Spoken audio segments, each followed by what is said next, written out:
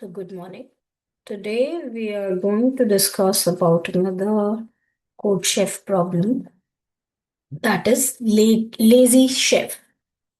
Now this is a series of basic questions wherein you will learn and understand the statement and try to resolve those questions in a very simple way. They have a very basic logic behind it. Okay. So let's see what was the question. Chef is a lazy person whenever whatever work is supposed to be finished in X unit of time, he finishes it in M multiplied by X unit. But there is always a limit to laziness. So he delayed the work by maximum D units of the time. Given X, M, and D, find the maximum time taken by the chef to complete the work. So you have to find the maximum time taken by the chef to complete the work. So the input format is first line will contain T, the number of test cases, then the test case follows, and each test cases contain a single line of input, that is X, M, and D. I know it seems overwhelmed, so let me uh, give you the pictorial presentation which I have created for you so that you will understand what is a question and what is a logic behind the question. So basically, what he want, as you say, that he is saying he is a very lazy person. He know he can do that much laziness, but there is a limit to the laziness, so they divided all these things in a variable. So first, normal time to finish the work is I. So he can finish a simple creation of a sandwich in an X time, but since he is lazy, he might take M multiplied by X time. So M is the lazy time that he is taking, right? But he can delay. Since he is a chef, the maximum time he can delay is D extra time. So he has given, okay, you are lazy, get it, but there is a limit of laziness. After this, you cannot go beyond. This is the basic criteria they have given: X, M, and D, where X is a normal time, M multiplied by X, basically lazy time, and D is an extra maximum extra time that he can take. Okay. So what is the maximum time that he can take by this time now? Since he is lazy to create a sandwich, he might take M into X time, right? But the maximum time he can take is X plus D. That is total time this plus D. This is, and he has to find the minimum. Find the minimum is the maximum time. If this is 4 and this is 3, right, then you have to opt for the minimum time, that is 3. Right? This is the question. This is the logic behind the question. You have to find the maximum time a chef can take as per the conditions. Right? So let's take a scenario. Here, you have X as a normal time. Right? So X is a normal time, and M into X is a lazy time that you are taking. Right? So X is a normal time, M into X is a lazy time that you are taking, and X plus T is a maximum allocated time, right? X plus T is a maximum allocated time he can take. Now let's take a very simple example. What are the parameters that are given to you? When X is 1, your normal time, M is the lazy time, 1, and D is the maximum allocated time is 0, right? Then what will be the answer? What you have to print? Now, since you know that the normal time is 1, right? So how much is the lazy time? M multiplied by X. It's already mentioned. So 1 multiplied by 1 will give me 1. Right? Maximum allocated time is X plus D. This is the normal time plus the extra time, the maximum extra time I can take. So M So x value is 1 and d value is 0. So it become 1. Alright.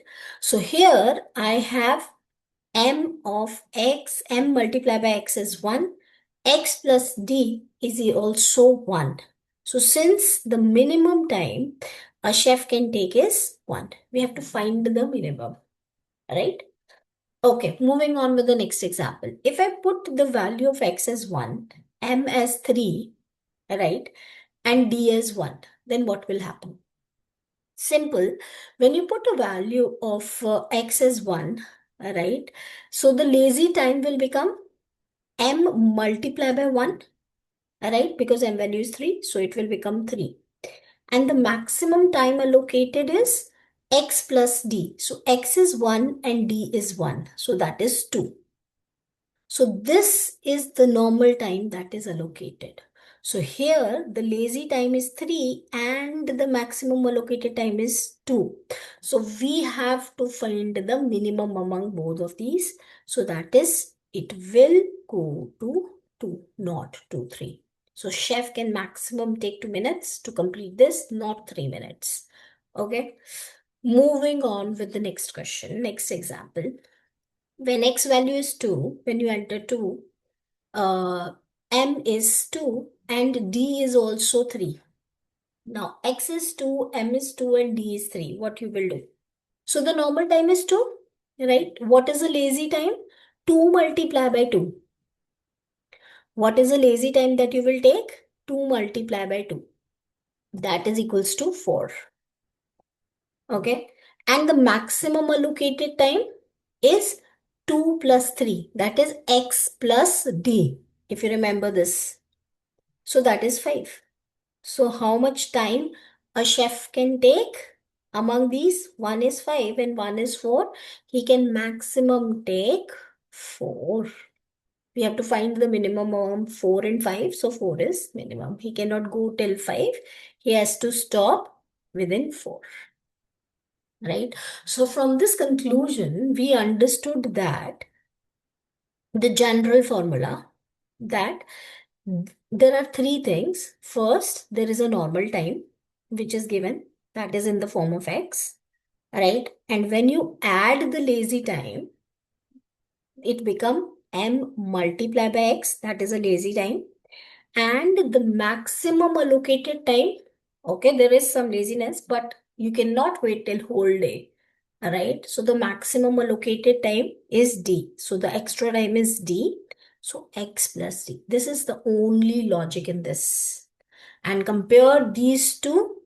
When you find which one is the minimum, that will be you have to print. All right, that is the answer. So let's go back to the question again and see what they are asking. So here, if you check, this, 3, right? 3 are the test cases that I'm going to enter. All right. Now here, x is 1, all right? M is also 1 and D is 0. So what output it should print? Let's go back here. I've already done it before to check. Okay, here 1, 1, 0. So if you remember, we talked about that calculation. It will give us 1. All right. When you enter 1, 3, 1, it will give me 2. When you enter 2, 2, 3, it will give me 4. All right. So same, you have to find the minimum. All right. And you have two things in your hand. Now let's go back to the coding and let's do this in a coding part. So let's go to the input and output format because it's important. So here you are using include stdio.h, right? And here you are writing integer main. So once you write main, integer main, then you have to write t. Okay, that's scanf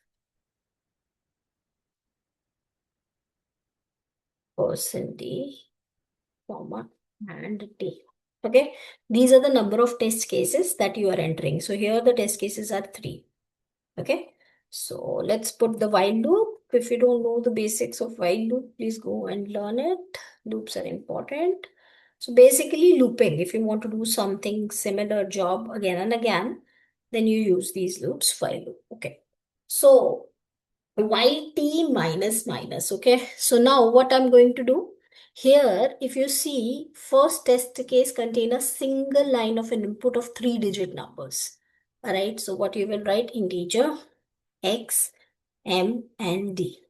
Right, and let me scan these numbers because he asked us to do that. And then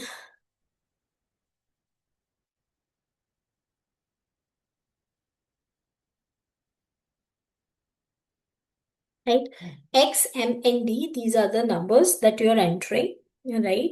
So single input number. So here, if you see now, x is finish in x unit, right? X is you finish in a normal time. M multiply x is you're finishing in a lazy time, and x plus d is you have maximum this much time to attain, right? So this is it. Now I have two things, a lazy chef, right? So a chef can be lazy till m multiply by x. It's already given to us, right? And mm, let's take maximum lazy. So how much lazy a chef can be, maximum he can go. Okay, this is a normal time he can take, plus D is a time that he can maximum go. So if it exceeded that, you're not able to do it. This is not allowed, right? So if lazy chef, right, is less than maximum lazy, so you will print what? You will simply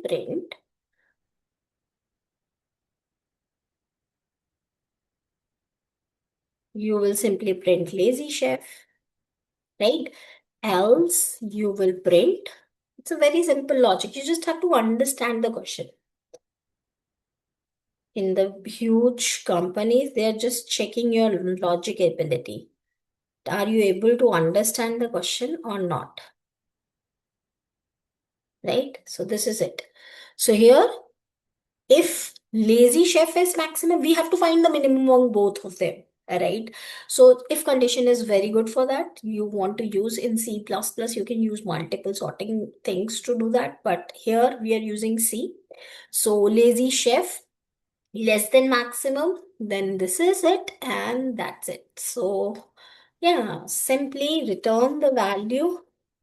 Boom, that's it. Right? Let's see whether it's working or not. I think it should work, but let's see. Yeah, it's working, but the submission is very important because it will test each and every case. So yeah, it's successful. So basically, this is the question. So yeah, that's it. Uh, Thank you so much, and yeah, see you in the next session.